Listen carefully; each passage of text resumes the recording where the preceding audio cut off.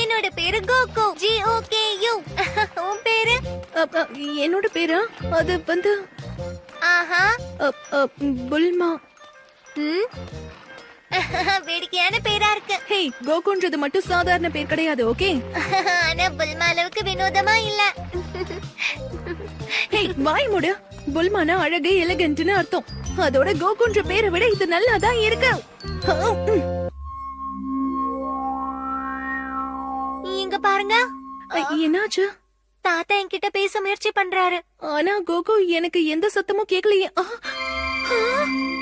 Oh my God, இது dragon பால் தானே? கொஞ்சம் நகரு. டேய், என் தாத்தா என்கிட்ட திருப்பி கொடு. உன்னோட தாத்தாவா? இதையா சொல்ற?